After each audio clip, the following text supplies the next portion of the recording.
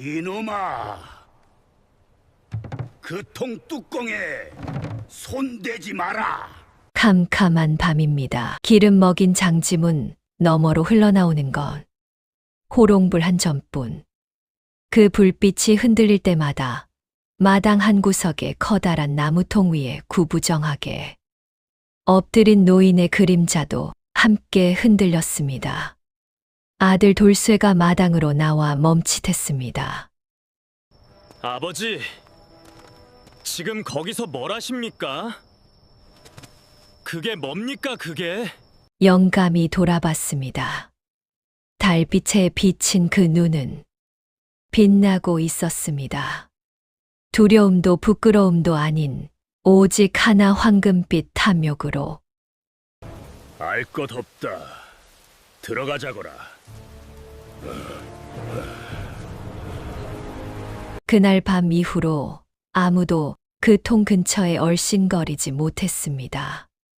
아무도 그 통 안에 무엇이 들었는지 알지 못했습니다. 도대체 이 마을 충청도 회인연의 구두쇠 김만복은 평생 모은 금은 보화를 왜 하필 똥통 속에 숨겼을까요? 그리고 왜 그는 그 똥통 앞에서 끝내 돌아오지 못했을까요? 저는 야담곡간입니다. 지금부터 그 기괴하고 처절한 이야기를 시작합니다. 때는 조선 순조 임금 시절 충청도 회인연 평촌리라는 작은 마을 이야기입니다. 이 마을에는 오래전부터 한 가지 소문이 돌았습니다. 평촌리에 김만복이란 자가 있는데 그놈 집 앞에서는 거지도 그냥 지나간다더라. 농담이 아니었습니다. 문자 그대로였습니다. 어느 해 겨울 다리 하나를 절뚝이는 늙은 거지가 마을을 지나다 김만복의 소슬대문 앞에서 쓰러졌습니다. 주위에 얼어붙은 몸으로 겨우 소리를 질렀죠. 보살림밥 한 술만. 안에서 기척이 났습니다. 발소리가 사박사박 가까워졌습니다. 거지는 두 손을 모았습니다. 그런데 문이 빠끔 열리더니 눈처럼 하얗고 뾰족한 얼굴 하나가 빼꼼 내밀어졌습니다. 저리 가. 단 두 글자였습니다. 그리고 문이 쾅 닫혔습니다. 거지는 한동안 그 자리에 무릎을 꿇고 앉아 있었습니다. 그러다 이웃집 김씨네 안하기 보다 못해 자기 집 된장국을 들고 뛰어나왔고 거지는 그 집 처마 밑에서 하룻밤을 버텼습니다. 동네 사람들은 이를 이미 이상하게 여기지 않았습니다. 그것이 김만복이었으니까요. 김만복의 나이, 이 이야기가 시작되던 해에 73이었습니다. 등은 새우처럼 굽었고 귀 밑살은 쭈그러진 곶감처럼 쪼그라들었으며 바람이라도 세게 불면 쓰러질 것처럼 비쩍 말랐습니다. 그러나 그 눈만큼은 달랐습니다. 작고 깊은 그 눈은 언제나 번들거리고 있었습니다. 마치 그 안 어딘가에 불씨라도 집어넣은 것처럼. 그 눈이 가장 밝게 타오르는 순간은 단 하나였습니다. 돈을 셀 때 만복은 젊어서부터 악착 같은 사람이었습니다. 논서마지기를 가지고 시작한 농사꾼이었지만 남들이 막걸리 한 사발 마실 때 그는 물을 마셨고 남들이 국밥 한 그릇 사 먹을 때 그는 소금에 절인 무청 한 조각으로 끼니를 때웠습니다. 그렇게 악착같이 모은 엽전으로 이웃 땅을 하나 둘 사 모았습니다. 거기까지는 부지런한 사람이라 할 수 있었습니다. 문제는 그 다음이었습니다. 만복은 빌려주는 것을 좋아했습니다. 단, 이자를 받았습니다. 그것도 보통 이자가 아니었습니다. 봄에 쌀 한 마를 빌려주면 가을에 세 마를 받았습니다. 갚지 못하면 땅을 받았습니다. 논을 받았습니다. 집을 받았습니다. 그렇게 30년이 흘렀습니다. 평촌리 마을 22집 집 가운데 절반이 넘는 집이 만복의 소작인이었습니다. 그런데 정작 만복의 집안 살림은 이상했습니다. 부잣집이라면 당연히 있어야 할 것들이 없었습니다. 따뜻한 소미불이 없었습니다. 된장독 옆에 장독대가 없었습니다. 며느리 분이는 시집 온 지 6년이 지나도록 비단 저고리 한 벌을 얻어 입지 못했습니다. 아들 돌쇠는 겨울이면 삼배 바지 하나로 버텼습니다.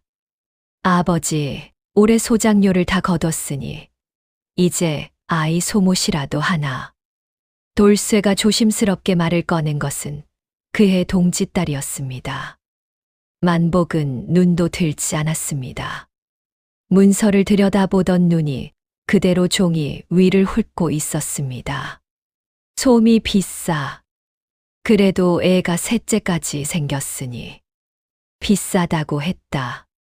그게 끝이었습니다. 돌쇠는 빈손으로 돌아섰습니다. 방 안에서는 핏기 없는 얼굴의 분이가 기침을 해대는 어린 것을 등에 업고 어르고 있었습니다. 아이 입술이 퍼르죽죽하게 질려 있었습니다. 분이는 돌쇠의 빈손을 보았습니다. 아무 말도 하지 않았습니다. 그 침묵이 어떤 통곡보다 무거웠습니다. 그렇다면 만복은 그 돈을 다 어디에 쓴 것일까요? 마을 사람들이 수십 년 동안 품어온 의문이었습니다. 만복이 장에 나가는 것을 본 사람이 없었습니다. 비단 한 필, 도자기 한 점, 고기 한 근을 사는 것을 본 사람이 없었습니다. 그 많은 소장료와 이자 수입이 도대체 어디로 사라지는지 아무도 몰랐습니다. 소문이 무성했습니다. 마당 어딘가에 묻어뒀다더라.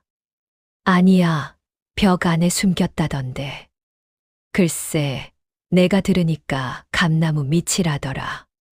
다들 한마디씩 했지만 아무도 몰랐습니다.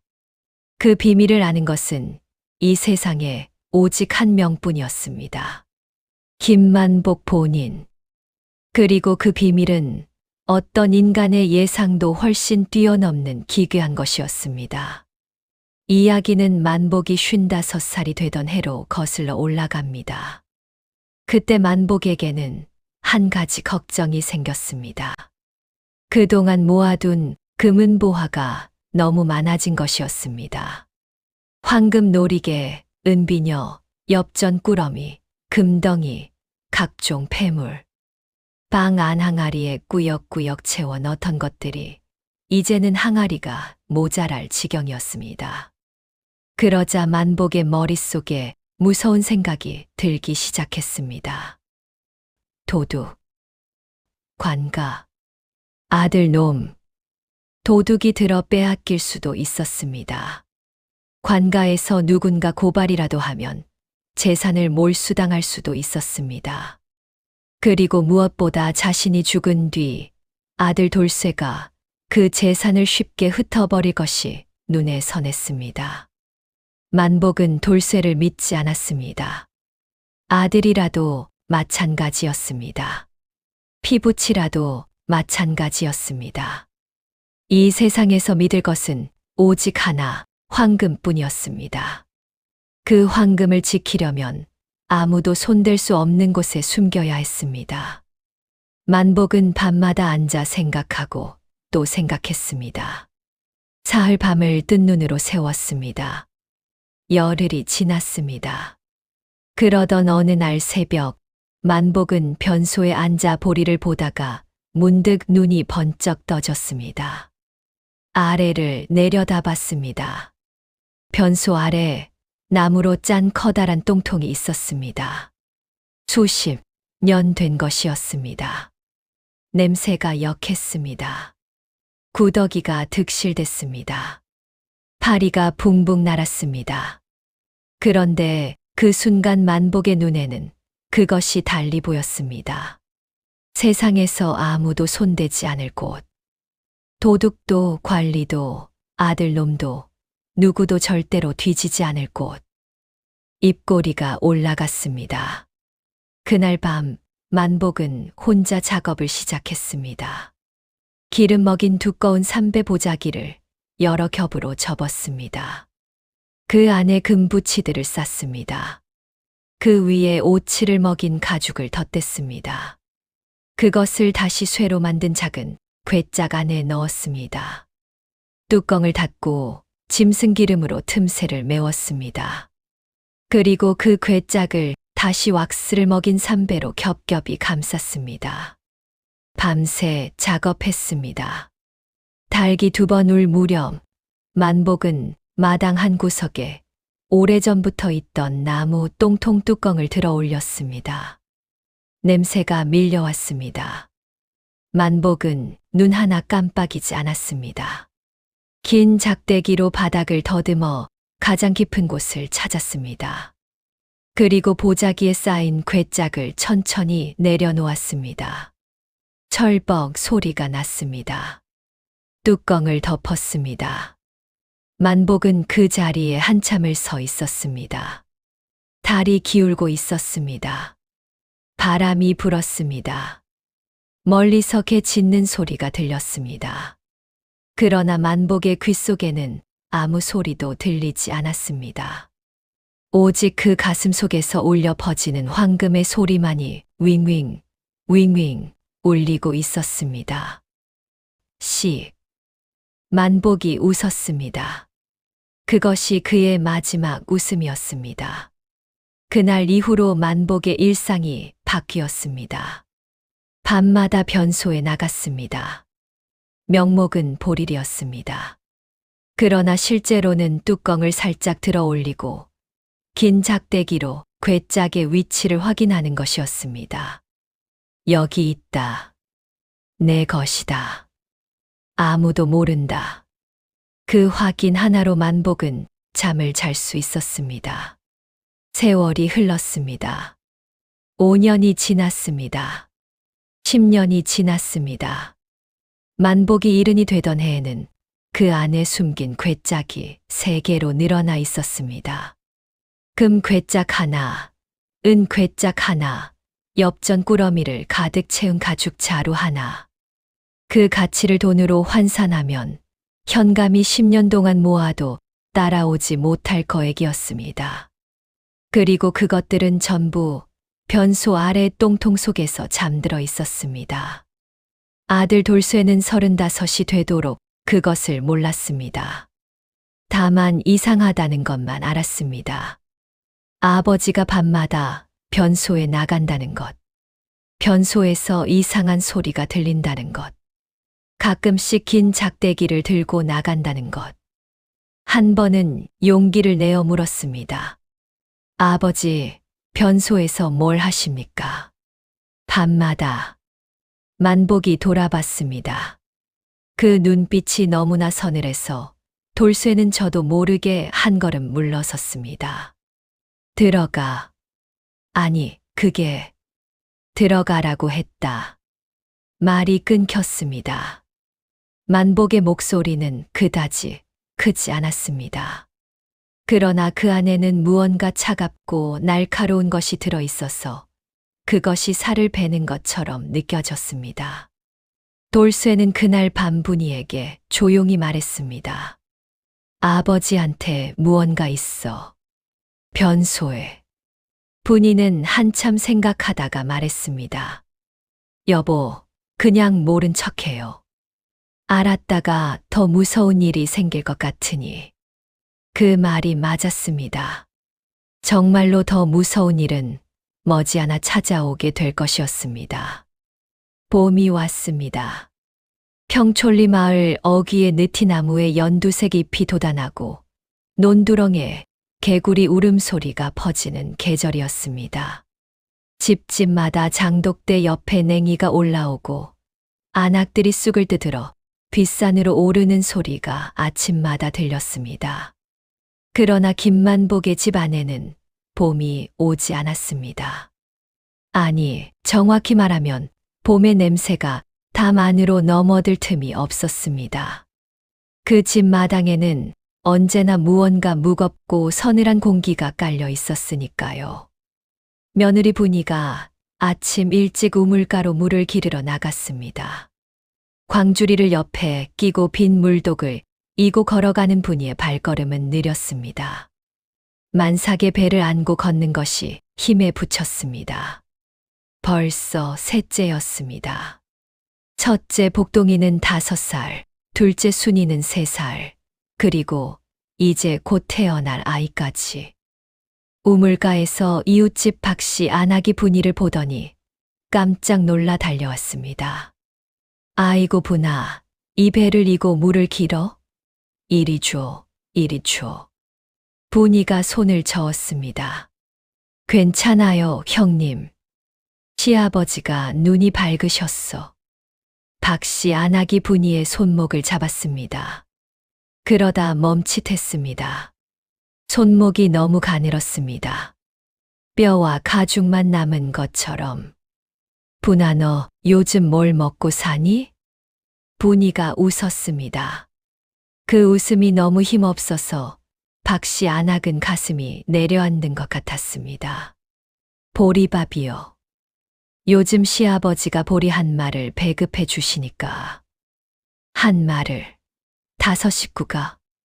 분이가 대답하지 않았습니다. 박씨 안악이 주변을 살폈습니다. 아무도 없었습니다. 그러더니 분이의 귀에 바짝 입을 댔습니다. 저 영감탱이가 돈이 얼만지 알아? 우리 남편이 작년에 쌀 2 가마니를 빌렸는데 이자가 벌써 4 가마니야. 4 가마니. 근데 지 며느리한테는 보리 한 마리라니구나. 그거 알지? 그 영감 변소 아래 뭔가 있다더라. 분이의 눈이 가늘어졌습니다. 형님, 그런 말씀 마세요. 왜, 틀린 말이야? 맞아도 모른 척해야 사는 집이에요. 우리 집은. 분이가 물독을 다시 이었습니다. 박씨 안하기 뒤에서 그 뒷모습을 바라봤습니다. 한 걸음, 한 걸음, 만삭의 몸으로 흔들리며 걸어가는 분이의 뒷모습. 박씨 안악은 그날 집에 돌아와 남편 앞에서 소리 없이 울었다고 합니다. 아들 돌쇠는 그해 봄부터 낮에는 남의 집 일을 봐주고 품삯을 받기 시작했습니다. 자기 아버지의 소작인으로 사는 것이 참을 수 없었기 때문이 아니었습니다. 자식들에게 밥을 먹이기 위해서였습니다. 5살 복동이가 어느 날 저녁 밥상 앞에서 보리밥 한 술을 뜨다가 그릇을 내려놓으며 말했습니다. 아버지 쌀밥 먹고 싶어. 돌쇠는 그 말을 듣고 밖으로 나갔습니다. 마당에 서서 하늘을 올려다봤습니다. 그리고 소리 없이 이를 깨물었습니다. 이튿날부터 새벽 4시에 일어나 이웃 마을 김서방네 밭을 갈아주고 돌아오는 길에 장작을 패주고 저녁에는 논의 물꼬를 봐주었습니다. 그렇게 달포를 일하면 쌀서되가 생겼습니다. 그것을 가져와 분이 손에 쥐어줄 때 분이의 눈이 빨개졌습니다. 고생했어요, 여보. 아이들 흰밥 한 번만 먹여줘. 네. 그날 저녁 복동이와 순이가 흰 쌀밥을 받아들고 눈이 휘둥그레졌습니다. 복동이가 한술 크게 뜨더니 우물우물 씹다가 말했습니다. 할아버지도 드릴까? 돌쇠가 잠시 굳었습니다. 그래, 드려라. 복동이가 밥 한 공기를 들고 사랑채로 달려갔습니다. 할아버지, 아버지가 사온 쌀밥이에요. 할아버지도 드세요. 안에서 잠시 침묵이 흘렀습니다. 그러더니 만복의 목소리가 들려왔습니다. 필요 없다. 가져가. 할아버지. 필요 없다고 했어. 이 쌀은 어디서 난 거냐? 아버지가 일해서 사왔대요. 또 침묵. 이번에는 더 길었습니다. 그러더니 문이 열리고 만복이 나왔습니다. 쭈그러진 얼굴에 그 번들거리는 눈을 하고서 복동이를 내려다봤습니다. 돌쇠 그놈이 남의 집 일을 봐줬다고? 네. 만복이 돌아섰습니다. 방으로 들어가면서 혼잣말처럼 중얼거렸습니다. 쓸데없이 밖에서 일을 하면 집안 꼴이 우습게 보인다. 이 집구석은 내가 다 먹여 살리는 거야. 문이 닫혔습니다. 복동이가 멀뚱히 서 있다가 돌아와 돌쇠에게 말했습니다. 아버지, 할아버지가 안 드신대. 돌쇠는 잠자코 복동이의 머리를 쓰다듬었습니다. 분이가 그 눈치를 살피며 낮은 목소리로 말했습니다. 우리 아버님은 우리가 잘 사는 꼴을 못 보시는 것 같아요. 돌쇠가 대답하지 않았습니다. 그러나 그 눈빛은 말하고 있었습니다. 맞아. 그런데 이 마을에 또 한 명 만복의 심기를 건드리는 사람이 있었습니다. 이웃에 사는 춘삼이었습니다. 춘삼은 나이가 42로 타고난 성품이 호방하고 입이 걸었습니다. 목소리도 크고 웃음도 컸습니다. 장터에 나가면 사람들이 춘삼 주변으로 모여들었고 춘삼이 한마디 하면 다들 배를 잡고 웃었습니다. 만복이 가장 싫어하는 유형의 인간이었습니다. 저런 놈이 돈이 모이겠어. 입만 살아가지고. 만복이 그렇게 구시렁댔지만 사실 속내는 달랐습니다. 춘삼이 두려웠습니다. 눈치가 빠른 자였습니다. 봄이 되면 뒷집 김씨네 지붕이 새는 것을 알고 먼저 볏짚을 들고 가는 자였습니다. 여름이 되면 홀로 사는 봉산댁 장독대를 정비해주는 자였습니다. 마을을 꿰뚫고 다니며 이것저것 살피고 궁금한 것은 참지 못하고 묻는 자였습니다. 그런 춘삼이 어느 날부터 만복을 이상하게 쳐다보기 시작했습니다. 계기는 아주 사소한 것이었습니다. 어느 날 새벽 춘삼이 일찍 일어나 마당에 나왔다가 담 너머로 만복의 집 마당을 보게 되었습니다. 희뿌연 새벽 안개 사이로 만복이 변소 쪽에 구부정하게 서 있었습니다. 저 새벽에 변소를 가는 것이야 이상할 것 없지. 그런데 만복의 손에 긴 작대기가 들려 있었습니다. 변소의 작대기는 왜? 춘삼이 눈을 가늘게 뜨고 바라봤습니다. 만복이 뚜껑을 살짝 들어 올리는 것 같았습니다. 그리고 작대기를 집어넣는 것 같았습니다. 한참 있다가 뚜껑을 닫고 주변을 살폈습니다. 그 눈길이 담 너머까지 닿았습니다. 춘삼이 재빨리 몸을 숨겼습니다. 심장이 두근거렸습니다. 저 안에 뭔가 있다. 춘삼은 그날부터 새벽마다 일어나 담 너머를 살폈습니다. 그리고 깨달았습니다. 만복이 밤이면 반드시 그것도 아무도 없는 시각에 변소로 나간다는 것을. 그리고 반드시 그 긴 작대기로 무언가를 확인한다는 것을. 춘삼의 머릿속에서 생각들이 뒤엉키기 시작했습니다. 어느 날 장날이었습니다. 춘삼은 장터에서 돌쇠와 마주쳤습니다. 돌쇠가 지게를 지고 나무를 팔러 나온 것이었습니다. 두 사람이 주막처마 밑에서 잠깐 앉았습니다. 춘삼이 막걸리 2사발을 시켰습니다. 돌쇠가 손을 저었습니다. 아닐세, 내가 살 수 없으니 내가 사는 거야. 앉어. 춘삼이 막걸리를 한 사발 쭉 들이켜더니 대뜸 물었습니다. 돌쇠, 솔직히 물어볼게. 자네 아버지 변소 뚜껑 말이야. 돌쇠의 손이 멈췄습니다. 그건 왜? 내가 새벽에 봤어. 영감이 거기서 작대기로 뭘 찌르는 걸. 돌쇠가 천천히 막걸리 사발을 내려놓았습니다.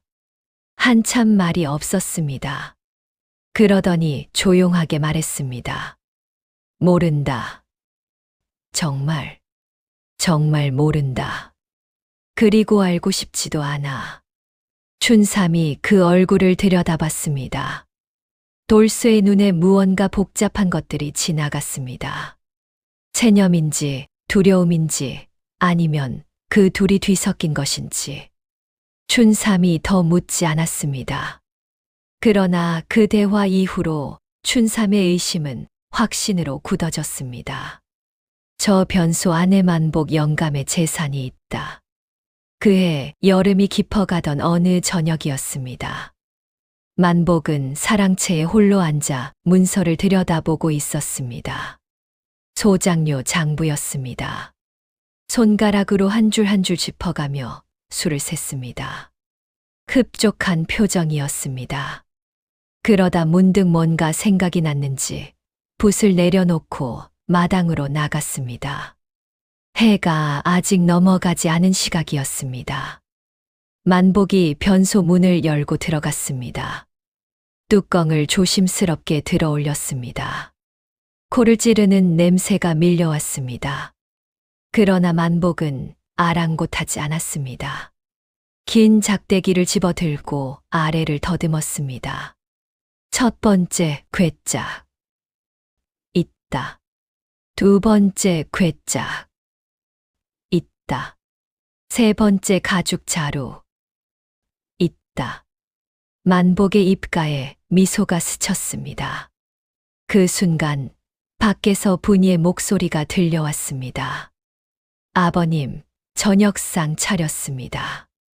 만복이 화들짝 놀라 뚜껑을 덮었습니다. 작대기를 구석에 밀어 넣었습니다. 변소 문을 열고 나오면서 눈을 가늘게 뜨고 분이를 쏘아봤습니다. 왜 이쪽으로 왔어? 분이가 눈을 내리깔았습니다. 저녁상을 알리러. 부를 때 오면 돼. 쫓아다니지 말고. 분이가 고개를 숙인 채 돌아섰습니다. 그 뒷모습을 만복이 한참 바라봤습니다. 눈이 좁아졌습니다. 저 여자가 뭘 봤을까? 혹시 뚜껑 여는 걸 봤을까? 만복은 그날 저녁 밥을 먹으면서도 계속 분이를 힐끔거렸습니다.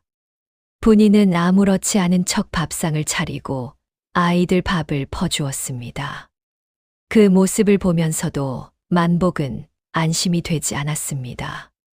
그날 밤 만복은 결심을 하나 더 굳혔습니다. 변소 주변에 표시를 해두자. 누가 건드리면 알 수 있게. 이튿날 새벽 만복은 변소 뚜껑 주변에 마른 재를 얇게 뿌렸습니다. 발자국이 찍히면 알 수 있도록. 누가 가까이 왔는지 알 수 있도록.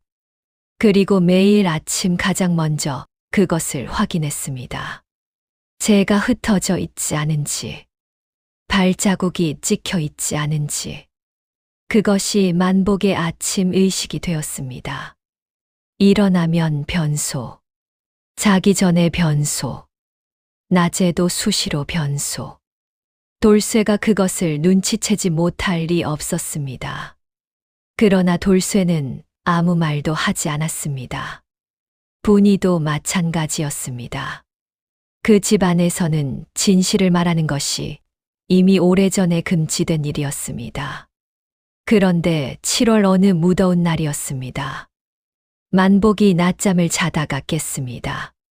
사랑채에 누워 눈을 뜨니 마당이 조용했습니다. 분이는 뒷간 쪽에 있는 것 같았고 돌쇠는 들에 나가 있었습니다. 만복이 벌떡 일어나 마당으로 나왔습니다. 변소 쪽을 봤습니다. 뚜껑 주변에 뿌려둔 재가 흩어져 있었습니다.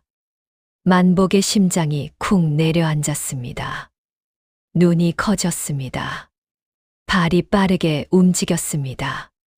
변소 문을 열고 들어가 뚜껑을 들어 올렸습니다. 작대기로 더듬었습니다. 첫 번째 괴짝. 있다. 두 번째 괴짝. 있다. 세 번째 자루. 있다. 있었습니다. 전부 다 있었습니다. 그런데도 만복의 가슴이 진정되지 않았습니다. 뚜껑을 덮고 밖으로 나와 제가 흩어진 자리를 들여다봤습니다. 발자국이 있는지 살폈습니다. 발자국은 없었습니다. 바람에 날렸거나 고양이가 지나간 흔적이었습니다. 만복은 한참을 서 있다가 분이를 불렀습니다. 분이야. 부엌에서 분이가 나왔습니다. 예, 아버님. 오늘 낮에 변소 쪽에 갔었냐? 분이의 눈이 잠깐 흔들렸습니다. 아니요. 거짓말하지 마라. 정말입니다, 아버님. 만복이 한참 분이를 뚫어지게 쳐다봤습니다. 그 눈빛이 얼마나 서늘했던지 분이는 저도 모르게 한 걸음 뒤로 물러섰습니다. 만복이 돌아섰습니다. 그리고 혼잣말처럼 그러나 분명히 들리도록 말했습니다. 앞으로 그 변소 근처에는 절대 얼씬대지 마라. 누구든. 그것은 명령이었습니다. 집 안 전체를 향한 차갑고 단호한 명령이었습니다. 그날 저녁 돌쇠가 들에서 돌아와 분이에게 들었습니다. 분이가 낮은 목소리로 전했습니다. 여보, 오늘 아버님이 이상하셨어요. 변소 근처에 오지 말라고. 돌쇠가 잠시 말이 없었습니다. 그러더니 물었습니다. 얼마나 이상하셨어? 분이가 망설이다 말했습니다. 무서웠어요. 눈빛이. 돌쇠가 천천히 고개를 끄덕였습니다. 그날 밤 돌쇠는 잠을 이루지 못했습니다. 천장을 바라보며 누워 있는데 밖에서 사박사박 발소리가 들렸습니다. 또 변소로 나가는 아버지였습니다. 돌쇠는 눈을 감았습니다. 저 안에 뭐가 있든 언젠가는 모든 것이 밝혀지겠지. 그러나 그 언젠가가 이렇게 기괴하고 처참한 방식으로 찾아올 줄은 돌쇠도 분이도 그리고 마을의 그 누구도 짐작하지 못했습니다. 아무도. 단 한 명, 이웃집 담 너머에서 새벽마다 눈을 반짝이고 있는 춘삼을 빼고는. 가을이 왔습니다. 평촌리의 들녘이 황금빛으로 물들었습니다. 벼이삭이 고개를 숙이고 수수가 붉게 익었으며 감나무마다 주황빛 감이 주렁주렁 달렸습니다. 타작 소리가 마을 곳곳에서 들렸습니다. 안악들이 마당에 멍석을 깔고 콩을 털었습니다. 아이들이 논두렁을 뛰어다녔습니다. 그러나 이 풍요로운 가을거지의 계절에 춘삼의 눈은 들녘이 아닌 다른 곳을 향하고 있었습니다. 김만복의 변소였습니다.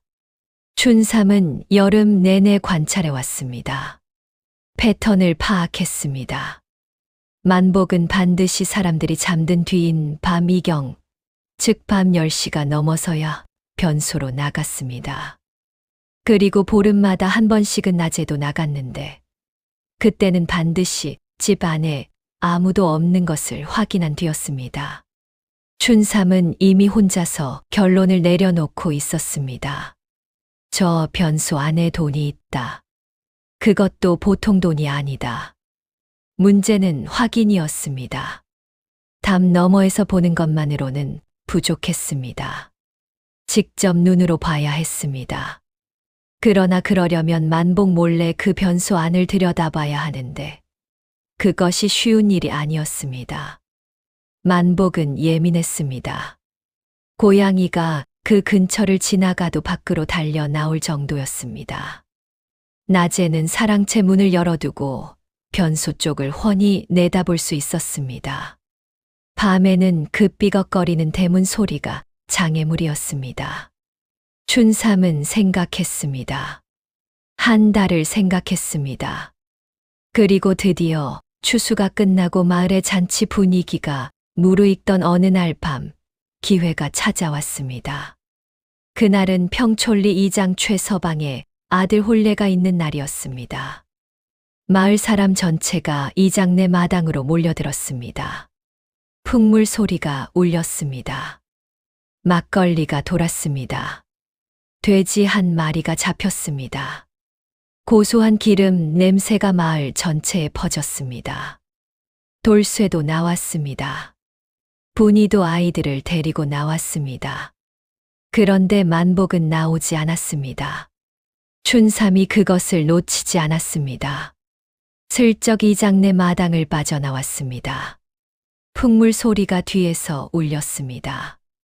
달이 밝았습니다. 춘삼은 담벼락을 따라 걸었습니다.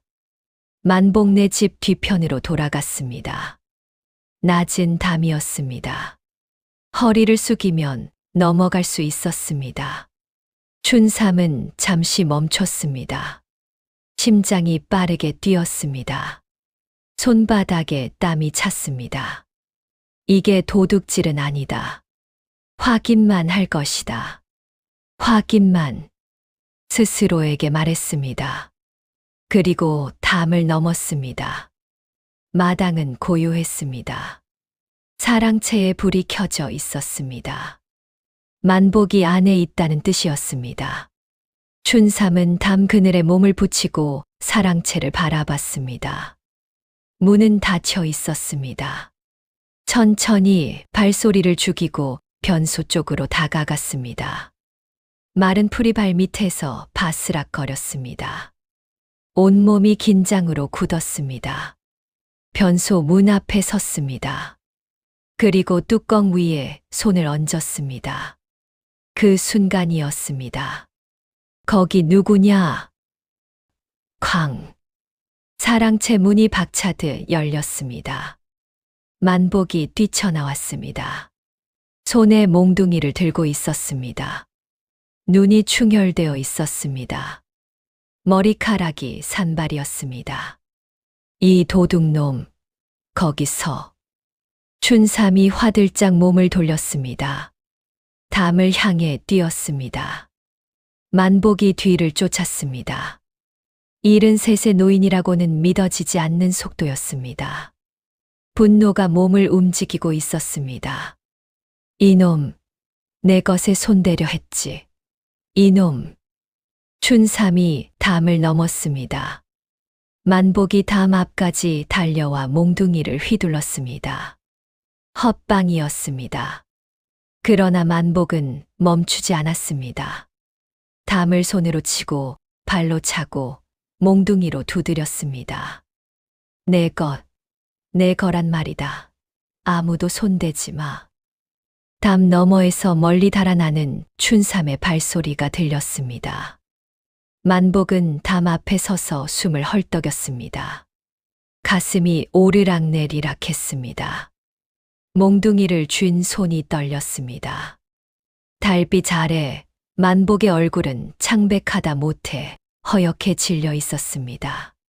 그리고 그 눈에서 처음으로 두려움이 보였습니다. 이튿날 아침 마을에 소문이 퍼졌습니다. 어젯밤에 만복 영감이 마당에서 몽둥이를 들고 뛰었다더라. 누굴 쫓았다는 거야? 춘삼이가 담을 넘었다나 봐. 왜? 도둑질하러. 아니, 춘삼이가 그런 놈이야? 뭔가 있어서 들어간 거겠지.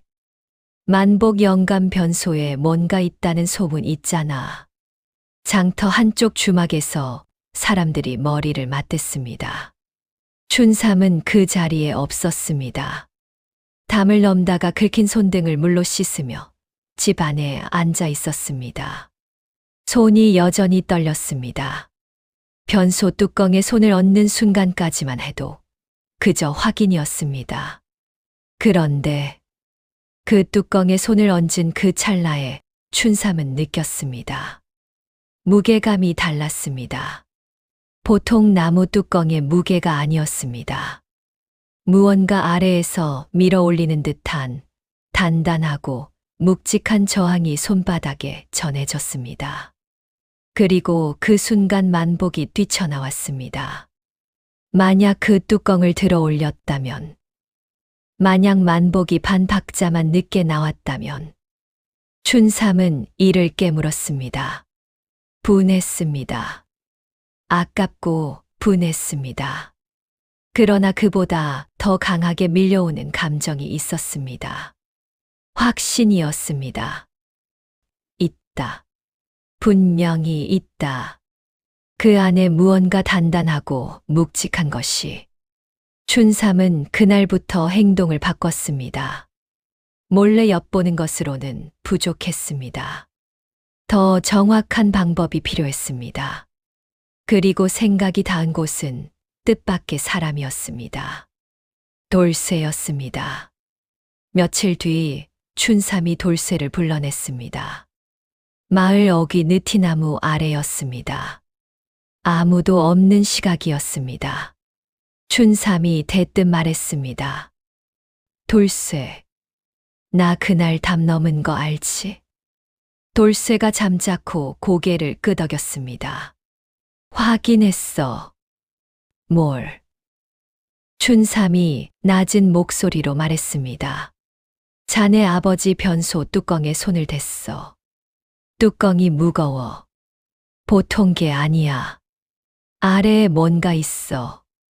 무겁고 단단한 게. 돌쇠가 말이 없었습니다. 돌쇠, 자네는 알고 있지? 모른다고 했잖아. 알면서 모른다고 하는 거잖아. 돌쇠가 느티나무 기둥에 등을 기댔습니다. 하늘을 올려다봤습니다. 구름이 흘렀습니다. 한참 말이 없다가 겨우 입을 열었습니다. 춘삼 형, 나는 그게 뭔지 모르오. 진짜로. 그런데 멈췄습니다. 그런데 분이가 한 번은 그랬어. 밤에 아버지가 변소에 다녀온 뒤 마당에서 뭔가 흥얼거리는 소리를 들었다고. 노래도 아니고 기도도 아닌 그냥 혼자 뭔가 새는 것 같은 소리를. 춘삼의 눈이 빛났습니다. 샜다고? 그냥 하나, 둘, 셋 그런 게 아니라 뭔가 중얼중얼 마치. 돌쇠가 말을 끊었습니다. 춘삼이 대신 말했습니다. 마치 돈을 세는 것처럼? 돌쇠가 아무 말도 하지 않았습니다. 그 침묵이 대답이었습니다. 그날 이후 만복의 행동이 눈에 띄게 달라졌습니다. 예민함이 극도로 날카로워졌습니다. 집 안에 누군가 마당을 지나가면 문을 열고 내다봤습니다. 바람에 나뭇가지가 꺾이는 소리에도 벌떡 일어났습니다. 밤에는 잠을 거의 자지 못했습니다. 두세 시간마다 일어나 변소를 확인하고 들어왔습니다. 돌쇠가 보기에 아버지는 점점 사람이 아닌 것처럼 변해가고 있었습니다. 밥도 거의 먹지 않았습니다. 원래부터 조금 먹는 사람이었지만 이제는 하루에 보리밥 반 공기를 채 먹지 않았습니다. 얼굴이 더욱 쪼그라들었습니다. 손등에 힘줄이 붉어졌습니다. 눈은 점점 더 깊이 파였습니다. 그러나 그 눈빛만은 꺼지지 않았습니다. 오히려 더 강하게 타올랐습니다. 마치 몸은 꺼져가는데 눈 속에 불씨만 홀로 활활 타는 것처럼. 어느 날 아침이었습니다. 복동이가 마당에서 팽이를 치며 놀고 있었습니다. 팽이가 굴러가다가 변소 쪽으로 굴러 들어갔습니다. 복동이가 뒤따라 달려갔습니다. 변소 앞에 쪼그려 앉아 팽이를 집어들었습니다. 그 순간이었습니다. 복동아. 만복의 목소리가 마당을 갈랐습니다. 사랑채 문이 쾅 열렸습니다. 만복이 맨발로 뛰쳐나왔습니다. 달려와 복동이의 팔목을 낚아챘습니다. 여기서 뭐 하는 거야? 복동이가 놀라 울음을 터뜨렸습니다. 할아버지, 팽이가 굴러와서. 거짓말하지 마. 누가 시켰어? 아버지가 시켰어. 아니에요, 할아버지. 복동이의 팔목을 쥔 만복의 손에 힘이 들어갔습니다. 5살짜리 아이가 발버둥 쳤습니다. 아야, 할아버지 아파. 분이가 부엌에서 뛰쳐나왔습니다. 아버님, 놓으세요. 분이가 복동이를 만복의 손에서 빼앗았습니다. 복동이를 안고 뒤로 물러섰습니다. 만복이 씩씩거렸습니다. 가슴이 오르락내리락 했습니다. 분이가 복동이를 꼭 안은 채 말했습니다. 아버님이 아이가 뭘 잘못했습니까? 그 주변에 얼씬대면 안 된다고 했잖아. 팽이가 굴러간 거예요, 아버님. 닥쳐. 만복의 목소리가 갈라졌습니다. 마당이 쥐 죽은 듯 고요해졌습니다. 복동이가 분이 품에 안겨 흑흑 울었습니다. 분이의 눈에도 눈물이 맺혔습니다. 그러나 분이는 울지 않았습니다. 이를 꽉 물었습니다. 만복이 천천히 몸을 돌렸습니다. 변소 뚜껑을 손으로 한 번 쓸었습니다. 재를 다시 고르게 폈습니다. 그리고 사랑채로 돌아갔습니다. 뒷모습이 구부정했습니다. 그러나 그 어깨에는 무언가 알 수 없는 긴장감이 팽팽하게 걸쳐 있었습니다. 마치 금방이라도 끊어질 것처럼 당겨진 활시위처럼. 그날 저녁 돌쇠가 들에서 돌아왔습니다. 분이가 복동이 팔목에 생긴 자국을 조용히 보여줬습니다. 붉은 손자국이 선명했습니다. 돌쇠의 얼굴이 굳었습니다. 아버지가 이걸. 네. 돌쇠가 한참 그 자국을 들여다봤습니다. 손가락으로 조심스럽게 건드려 봤습니다. 복동이가 잠들어 있었습니다. 돌쇠가 일어섰습니다. 아버지한테 가겠소. 분이가 소매를 붙잡았습니다. 여보, 놔줘요. 여보, 제발. 이건 아니잖소. 돌쇠의 목소리가 흔들렸습니다. 분노와 슬픔이 뒤섞인 목소리였습니다. 분이가 고개를 숙였습니다. 가지 마요. 오늘은. 왜요? 아버님 눈이 오늘은 아버님 눈이 너무 이상했어요. 돌쇠가 멈췄습니다. 이상하다니. 무서웠어요. 그냥 화난 게 아니었어요. 뭔가 무너져 내리는 것 같은 눈이었어요. 돌쇠가 주먹을 쥐었다가 폈습니다. 그러더니 천천히 다시 자리에 앉았습니다. 두 사람이 아무 말도 하지 않고 앉아 있었습니다. 바깥에서 바람이 불었습니다. 처마 끝 풍경이 딸랑 울었습니다.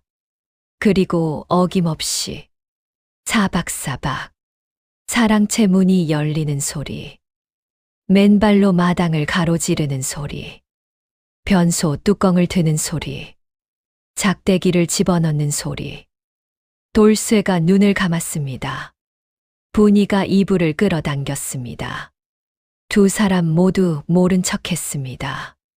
그런데 그 무렵 마을에 이상한 일이 하나 더 생겼습니다. 만복의 집단 밖에 누군가 밤마다 서 있다는 것이었습니다. 처음 발견한 것은 이웃집 봉산댁이었습니다. 밤에 물을 마시러 나갔다가 담 그림자 속에 서 있는 사람의 형체를 보았습니다. 소리를 지를 뻔했는데 자세히 보니 그것이 인기척이 아닌 듯하기도 했고 아닌 듯하기도 했습니다. 이튿날 아침에 봉산댁이 옆집 안악에게 말했고 그 안악이 또 옆집에 말했습니다. 마을에 으스스한 분위기가 감돌았습니다. 귀신이라도 나오는 거 아냐? 만복 영감집에 원한 맺힌 사람이 한둘이야? 에이, 귀신이 어디 있어. 사람이겠지. 춘삼은 그 소문을 듣고 혼자씩 웃었습니다. 그 사람이 자신이라는 것을 춘삼은 알고 있었으니까요. 춘삼은 매일 밤 담 밖에서 만복의 집을 지켜봤습니다. 이제 그의 목적은 단순한 확인이 아니었습니다. 결정적인 순간을 기다리는 것이었습니다. 그 순간이 오면 자신은 반드시 움직일 것이었습니다. 아직 때가 아니었습니다. 아직. 그리고 그달 말 결정적인 일이 벌어졌습니다.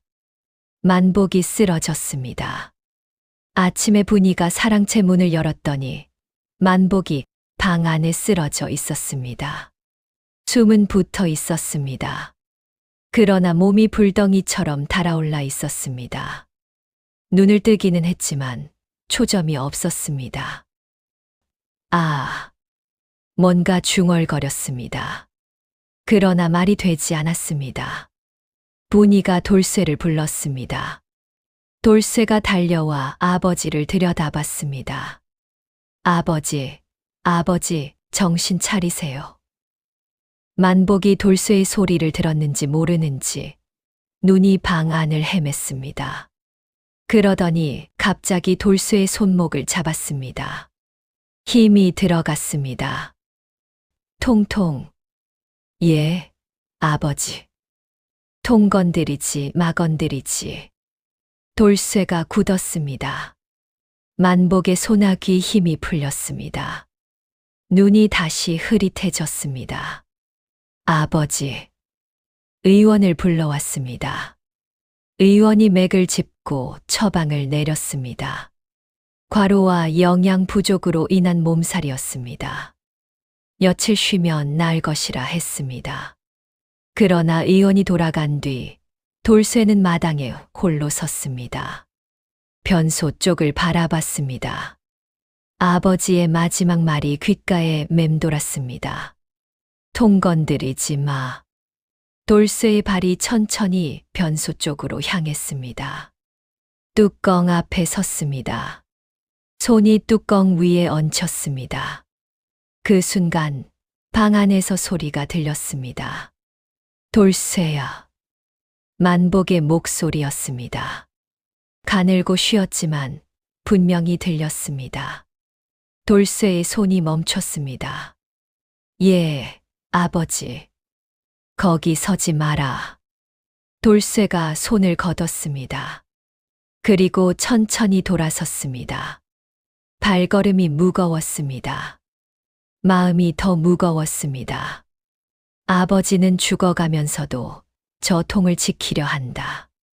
도대체 저 안에 무엇이 있기에 그날 밤 늦게 담 밖에서 춘삼이 그것을 지켜봤습니다. 돌쇠가 변소 앞에 서는 것을, 만복의 목소리에 손을 거두는 것을. 춘삼의 눈이 가늘어졌습니다.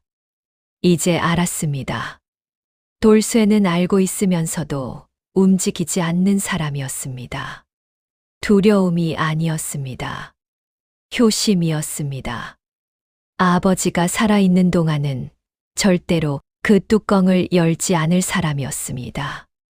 그렇다면 만복이 저 상태로 끝내 눈을 감는다면 가족이 변소 뚜껑을 열 것인가? 아니면 그 안의 것이 영영 사라질 것인가? 춘삼은 그날 밤 달을 올려다봤습니다. 달이 하얗게 빛났습니다. 때가 오고 있다. 그리고 그 때는 누구도 예상하지 못한 방식으로 훨씬 더 빠르게 찾아오고 있었습니다. 만복의 몸이 사흘 만에 일어났기 때문입니다. 몸이 낫자마자 만복이 가장 먼저 한 일은 맨발로 마당을 가로질러 변소 뚜껑을 여는 것이었습니다. 작대기를 집어넣었습니다. 첫 번째 궤짝. 있다. 두 번째 궤짝. 있다. 세 번째 자루. 있다. 만복이 눈을 감았습니다. 온몸의 긴장이 풀렸습니다. 그것이 그의 마지막 안도였습니다. 왜냐하면 그 뚜껑 안의 것이 이제 곧 온 마을이 다 보는 앞에서 완전히 다른 방식으로 세상 밖으로 나오게 될 것이었으니까요. 겨울이 왔습니다. 첫눈이 내린 날 아침이었습니다. 평촌리 마을 어귀의 관가의 사령 2명이 나타났습니다. 붉은 관복 자락이 흰 눈 위에서 선명하게 눈에 띄었습니다. 허리에 찬 패도가 차가운 겨울 햇살에 번쩍였습니다. 마을 사람들이 하나둘 문을 열고 내다봤습니다. 관가에서 왜 왔대? 무슨 일이야? 누가 고발이라도 한 거야? 수군거림이 번졌습니다. 사령들은 곧장 만복의 집 소슬대문 앞에 섰습니다. 쾅, 쾅, 쾅. 회인연 현감 어른의 명이다. 이 집 주인 김만복은 즉시 나오라. 안에서 잠시 침묵이 흘렀습니다. 그러더니 삐걱 문이 열렸습니다. 만복이 나왔습니다. 구부정한 몸에 낡은 도포를 걸치고 그 작고 번들거리는 눈으로 사령들을 올려다봤습니다. 무슨 일이오? 내가 김만복이냐? 그렇소. 현감 어른께서 부르신다. 따라오너라. 만복의 눈이 흔들렸습니다. 잠깐이었습니다. 아주 잠깐. 그러나 그 눈 안에서 무언가가 빠르게 지나갔습니다. 두려움이었습니다. 이 일이 어떻게 시작됐는지는 며칠을 거슬러 올라가야 합니다. 춘삼이 움직인 것은 첫눈이 내리기 나흘 전이었습니다. 춘삼은 혼자 회인연 관가로 갔습니다. 현감 앞에 엎드려 말했습니다. 소인은 평촌리에 사는 이춘삼이라 하옵니다. 현감 어른께 고하옵기 저희 마을에 사는 김만복이라는 자가 수십 년간 백성들에게 고리로 재물을 취하고 그 재산을 관가에 신고하지 않은 채 불법으로 은닉하고 있다고 사료되옵니다. 현감이 눈썹을 치켜 올렸습니다. 근거가 있느냐? 소인이 직접 목격하였사옵니다.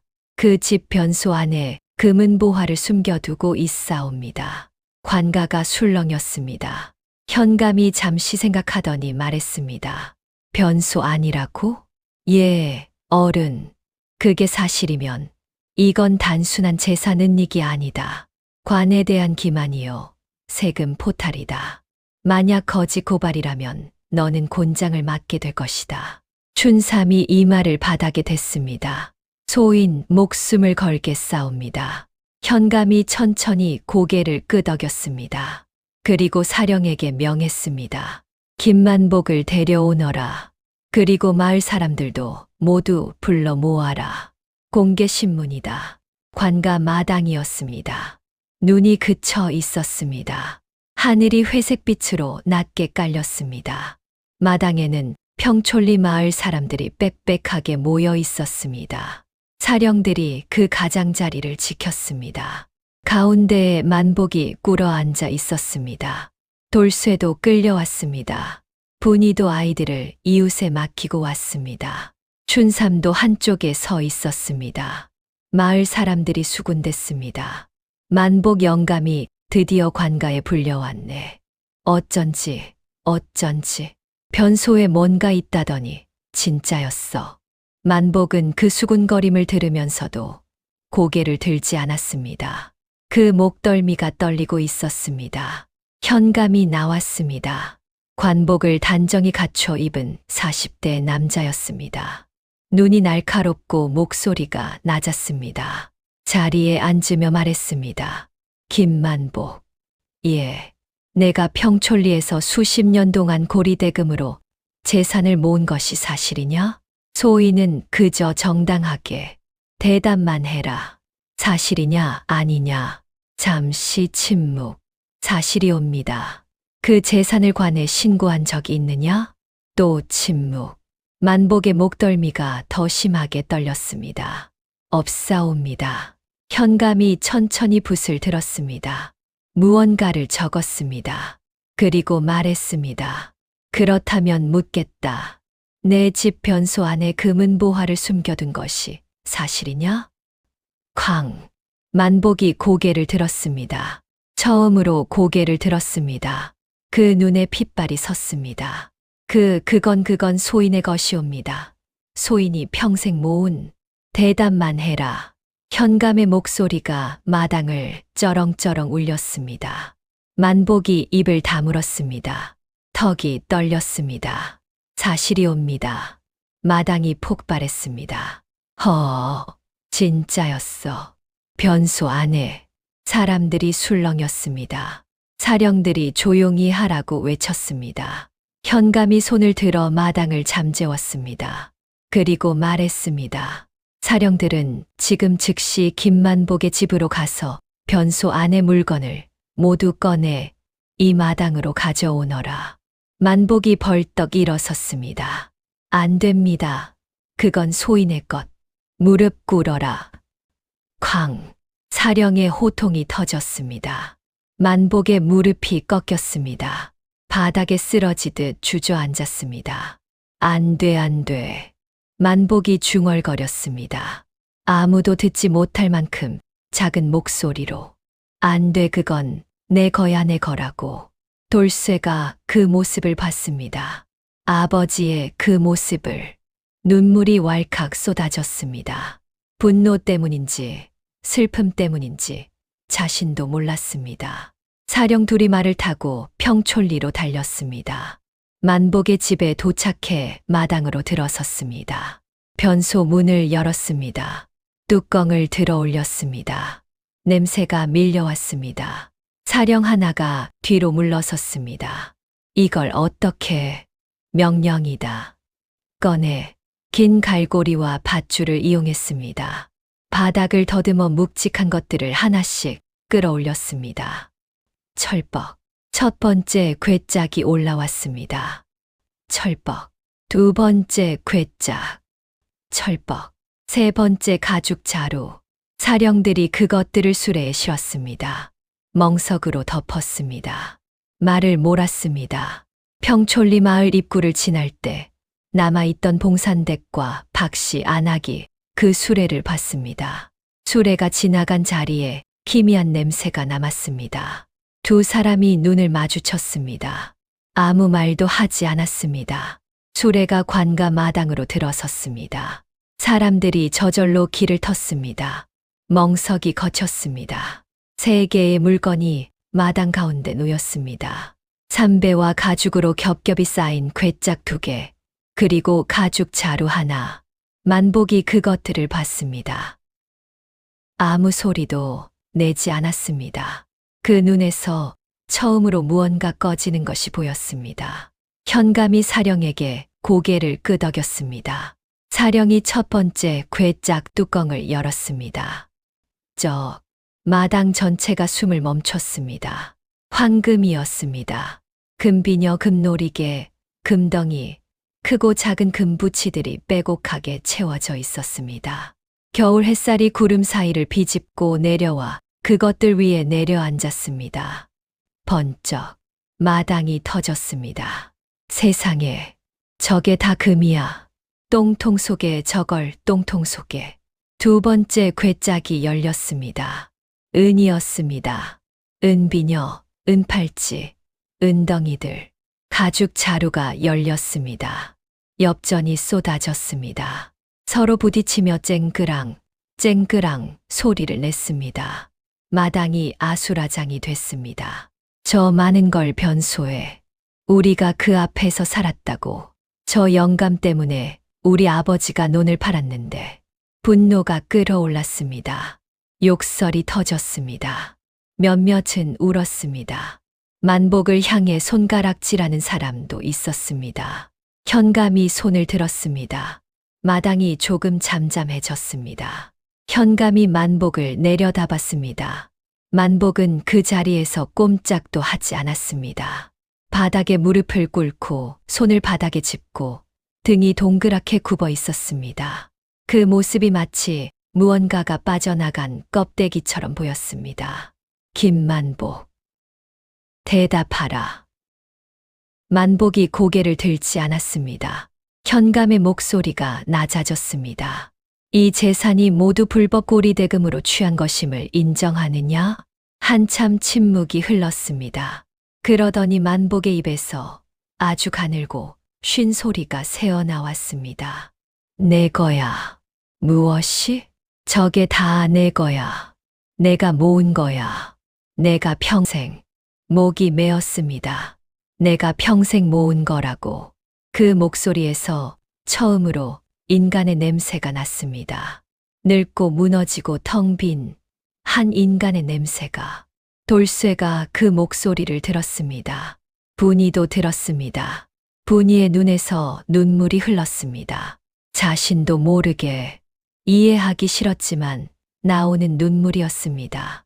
돌쇠는 눈물이 나오지 않았습니다. 가슴이 너무 꽉 막혀서 눈물조차 나올 틈이 없었습니다. 현감이 판결을 내렸습니다. 김만복, 너는 수십 년간 고리대금으로 백성을 착취하고 재산을 불법으로 은닉하였다. 이에 압수한 금은보화의 절반은 관에 귀속하고 나머지 절반은 내게 피해를 입은 소장농과 채무자들에게 돌려줄 것이다. 그리고 너는 석 달 동안 관가에서 소환에 응해야 하며 향후 어떠한 이자 거래도 금한다. 만복이 그 말을 들었습니다. 절반이 관의 귀속, 절반이 백성들에게 평생 모은 것이, 그 똥통 속에서 잠들어 있던 것이 전부 사라진다. 만복의 몸이 흔들렸습니다. 아무 말도 나오지 않았습니다. 그 입이 열렸다 닫혔다 했습니다. 마치 물 밖에 나온 물고기처럼. 춘삼이 그 모습을 봤습니다. 통쾌해야 했습니다. 오랫동안 기다려온 순간이었습니다. 그런데 이상하게도 춘삼의 가슴 한구석에 뜨겁고 쓴 것이 올라왔습니다. 저 영감이 평생 무엇을 위해 살았나? 저 눈빛이 저렇게 꺼지는 것을 봐야 하는 것인가? 춘삼은 시선을 돌렸습니다. 그날 오후 마당의 금은보화가 정리됐습니다. 관가에 창고로 들어간 것들, 피해 백성들에게 나눠질 것들. 만복은 그 분류 과정을 내내 지켜봤습니다. 눈이 물건을 따라갔습니다. 금비녀가 관리의 손에 들어갈 때, 은덩이가 상자 안으로 들어갈 때, 엽전 꾸러미가 다른 사람의 손에 건네질 때, 만복의 눈이 그것들을 하나하나 쫓았습니다. 그러다가 더 이상 따라가지 못했습니다. 눈이 멈췄습니다. 허공에 그냥 멈췄습니다. 해가 질 무렵 만복이 집으로 돌아왔습니다. 사령이 옆에서 걸었습니다. 만복이 달아나거나 스스로 해칠까봐 감시하기 위해서였습니다. 만복은 달아나지 않았습니다. 느리게 걸었습니다.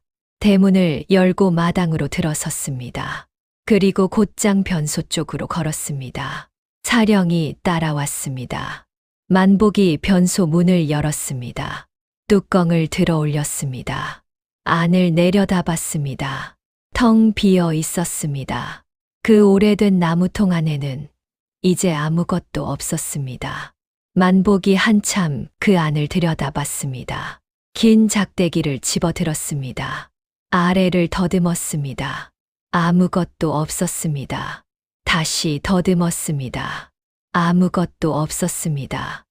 다시. 만복이 작대기를 떨어뜨렸습니다. 딸깍 소리가 났습니다. 뚜껑을 닫았습니다. 그리고 그 위에 손을 얹었습니다. 차가웠습니다. 그냥 나무였습니다. 차갑고 텅 빈 나무 뚜껑이었습니다. 만복의 무릎이 꺾였습니다. 뚜껑 위에 이마를 댔습니다. 사령이 그 모습을 봤습니다. 아무 말도 하지 않았습니다. 뒤에서 돌쇠가 마당으로 들어서다가 그 모습을 봤습니다. 굳었습니다. 아버지가 평생 모든 것을 퍼부은 그 똥통 뚜껑 위에 이마를 대고 꿇어 있었습니다. 돌쇠가 한 걸음 내디뎠다가 멈췄습니다. 그냥 서 있었습니다. 바람이 불었습니다. 눈이 다시 내리기 시작했습니다.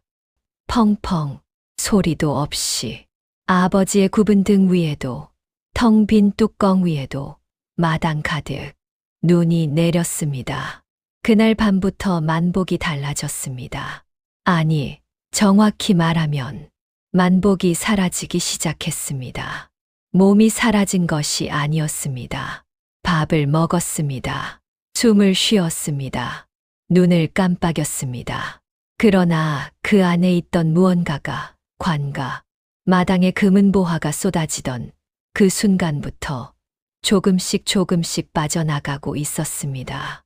돌쇠가 처음 알아챈 것은 사흘째 되던 날 아침이었습니다. 만복이 여전히 새벽에 일어났습니다. 발소리가 들렸습니다. 마당을 가로지르는 소리가 들렸습니다. 돌쇠가 눈을 떴습니다. 또 변소로 가는구나. 그런데 이상했습니다. 변소 문이 열리는 소리가 들렸습니다. 뚜껑을 드는 소리가 들렸습니다.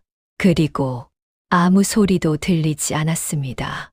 보통은 작대기로 아래를 더듬는 소리가 들렸습니다. 철벅, 철벅, 괴짝에 닿는 소리, 확인하는 소리. 그런데 그날은 아무 소리도 없었습니다. 한참이 지났습니다. 돌쇠가 일어나 방문을 열었습니다. 변소 앞에 만복이 서 있었습니다. 뚜껑을 연 채로 손에 작대기를 들고, 그러나 그 작대기는 아래를 향하지 않았습니다. 그냥 손에 들려 있었습니다. 만복이 그냥 텅 빈 통 안을 들여다보고 있었습니다. 아버지, 대답이 없었습니다. 아버지, 만복이 천천히 고개를 들었습니다. 돌쇠를 봤습니다. 그 눈이 처음으로 아무것도 담고 있지 않았습니다. 황금빛도 없었습니다. 탐욕도 없었습니다. 두려움도 없었습니다. 그냥 텅 비어 있었습니다. 돌쇠가 걸어가서 아버지의 손에서 작대기를 걷었습니다. 뚜껑을 닫았습니다. 들어가서 주무세요. 만복이 아무 말도 하지 않았습니다. 그러더니 천천히 몸을 돌려 사랑채로 걸어갔습니다. 그 발걸음이 너무 느려서 돌쇠는 가슴이 저려왔습니다. 분이가 방문 틈새로 그 모습을 보고 있었습니다. 두 사람은 그날 밤 아무 말도 하지 않았습니다. 그 뒤로 열흘이 지났습니다. 만복은 매일 새벽 변소에 나갔습니다. 뚜껑을 열었습니다. 들여다봤습니다. 뚜껑을 닫았습니다. 그것이 전부였습니다. 작대기를 집어넣지 않았습니다. 더듬지 않았습니다. 확인하지 않았습니다. 그저 들여다봤습니다.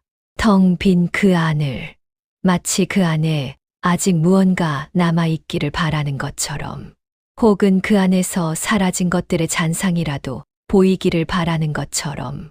마을 사람들은 그 소식을 들었습니다. 만복 영감이 매일 빈 변소 앞에 선다더라. 미친 거 아냐? 불쌍하기도 하지. 평생 그것만 보고 살았는데. 불쌍하긴. 우리 아버지한테 한 짓을 생각해봐.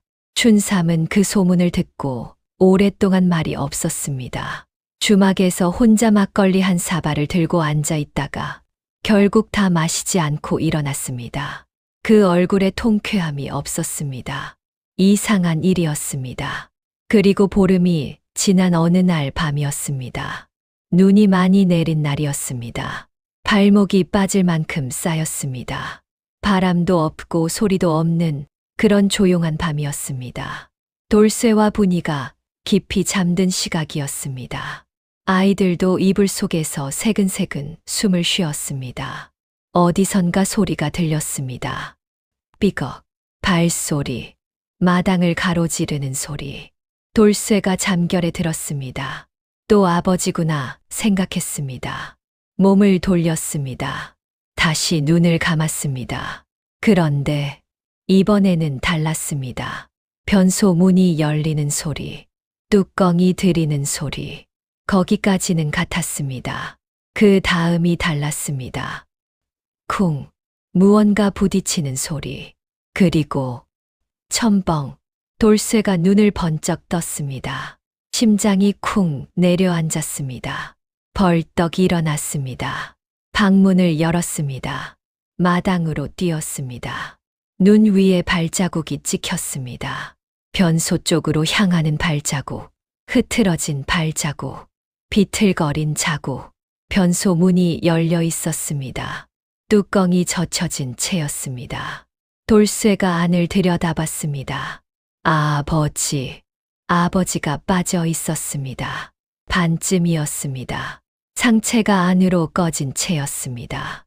두 손이 통 가장자리를 붙잡고 있었습니다. 손가락이 하얗게 질려 있었습니다. 아버지, 정신 차리세요. 돌쇠가 두 손으로 아버지의 팔을 잡았습니다. 당겼습니다. 무거웠습니다. 이를 악물었습니다. 아버지, 분이가 뛰어나왔습니다. 상황을 보고 비명을 삼켰습니다. 달려와 함께 팔을 잡았습니다. 둘이서 끌어올렸습니다. 우드드, 만복이 통 밖으로 끌려 나왔습니다. 눈 위에 쓰러졌습니다. 돌쇠가 아버지의 얼굴을 들여다봤습니다. 눈이 반쯤 감겨 있었습니다. 입이 열려 있었습니다. 호흡이 가빴습니다. 온몸이 떨렸습니다. 아버지, 아버지. 만복이 눈을 겨우 들었습니다. 돌쇠를 봤습니다. 그 눈이 초점이 없었습니다. 그러다가 천천히, 아주 천천히 어딘가에 초점이 맞춰졌습니다. 돌쇠의 얼굴이 아니었습니다. 그 너머였습니다. 만복의 손이 느리게 들렸습니다. 변소 쪽을 향해. 있어. 예, 아버지. 거기 아직 있어. 돌쇠가 굳었습니다. 만복의 손이 천천히 내려왔습니다. 눈이 감겼습니다. 의원이 달려왔습니다. 진맥을 짚었습니다. 얼굴이 굳었습니다. 중풍입니다. 뇌가 상한 것 같소. 오늘 밤을 넘기기 어려울 수도. 돌쇠가 고개를 숙였습니다. 분이가 아이들을 안방으로 데려갔습니다. 의원이 침을 놓고 돌아갔습니다. 돌쇠가 혼자 아버지 곁에 앉았습니다. 호롱불 하나가 흔들렸습니다. 만복은 숨을 쉬었습니다. 눈은 감겨 있었습니다. 가끔 입술이 달싹였습니다. 소리는 들리지 않았습니다. 돌쇠는 그 옆에서 무릎을 꿇었습니다. 아버지의 손을 잡았습니다. 차가웠습니다. 뼈만 남은 손이었습니다. 이 손이 평생 모은 것이 있었습니다. 이 손이 평생 부여잡은 것이 있었습니다. 그런데 그것은 지금 어디에 있습니까? 아버지. 돌쇠가 낮게 불렀습니다. 대답이 없었습니다. 아버지, 저예요. 돌쇠예요. 만복의 눈썹이 가늘게 움직였습니다. 입술이 달싹였습니다. 통. 돌쇠가 눈을 감았습니다. 눈물이 흘렀습니다. 이번에는 흘렀습니다. 왜 우는지 몰랐습니다. 아버지가 미워서인지, 불쌍해서인지, 아니면 이 모든 것이 너무나 허망해서인지 그냥 울었습니다. 날이 밝을 무렵 만복의 숨이 고르지 않아졌습니다. 돌쇠가 손을 꽉 쥐었습니다. 분이가 문 앞에 앉아 있었습니다. 호롱불이 바람도 없는데 흔들렸습니다. 만복의 눈이 스르르 열렸습니다. 천장을 봤습니다.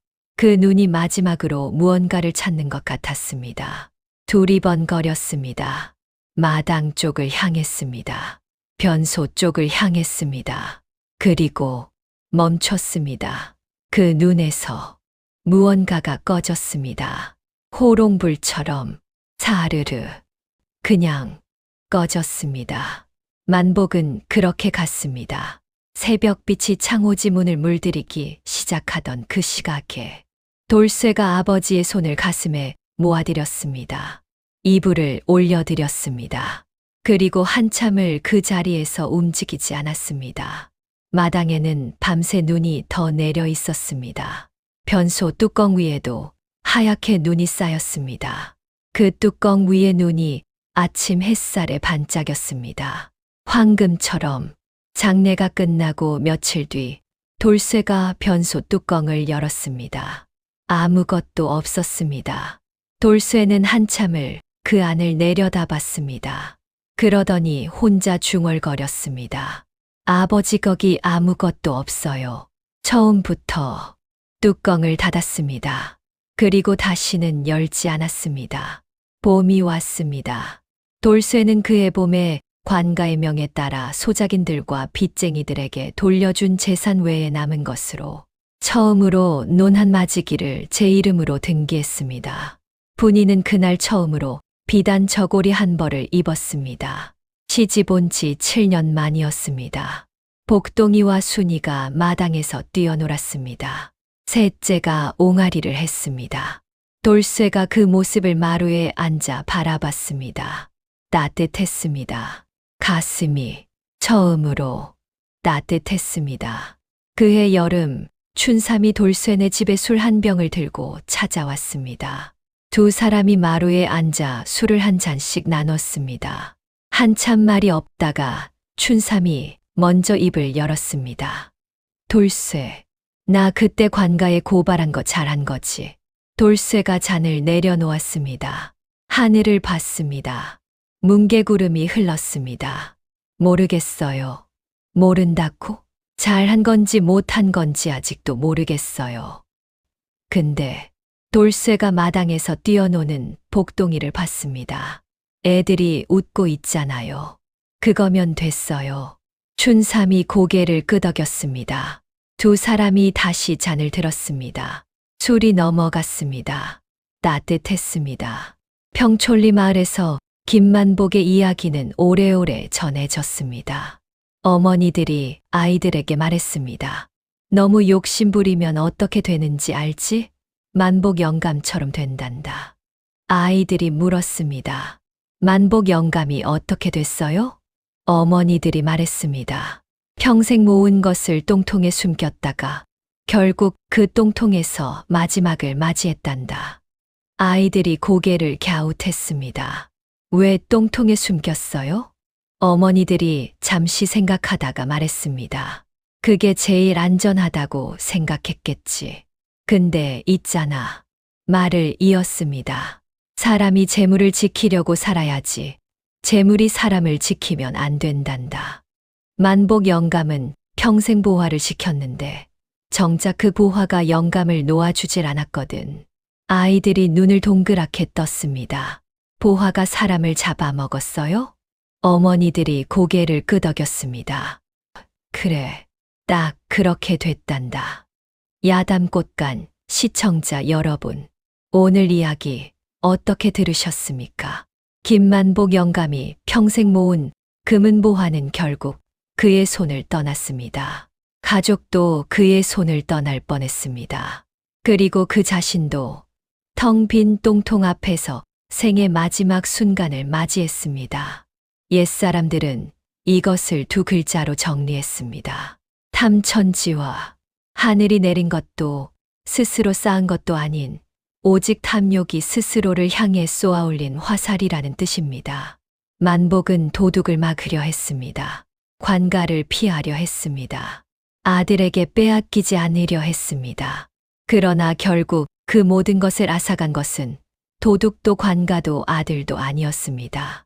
자기 자신이었습니다. 뚜껑을 열러간 그 새벽, 비틀거린 그 발걸음, 손가락이 하얗게 질린 그 순간, 만복을 그 안으로 끌어당긴 것은 황금이 아니었습니다. 평생 황금만 바라보느라 텅 비어버린 그 자신의 속이었습니다. 자, 시청자 여러분께 마지막으로 여쭙겠습니다. 만약 여러분이 아들 돌쇠였다면 아버지 만복이 쓰러지던 그날 밤, 과연 어떻게 하셨겠습니까? 평생 가족을 굶기고 이웃을 착취한 아버지. 그러나 마지막 순간 텅 빈 눈으로 아들을 바라본 아버지. 그 손을 잡아드렸겠습니까? 아니면 차마 잡지 못하셨겠습니까? 그리고 또 하나, 만약 여러분에게 춘삼 같은 이웃이 있었다면 그 관가 고발 잘한 일이라고 생각하십니까? 아니면 때를 기다렸어야 했다고 생각하십니까? 댓글로 꼭 알려주십시오. 여러분의 한마디가 야담꽃간의 가장 큰 힘입니다. 오늘 이야기는 여기까지입니다. 달빛 아래 전해오는 이야기, 야담꽃간이었습니다. 다음 이야기에서 뵙겠습니다.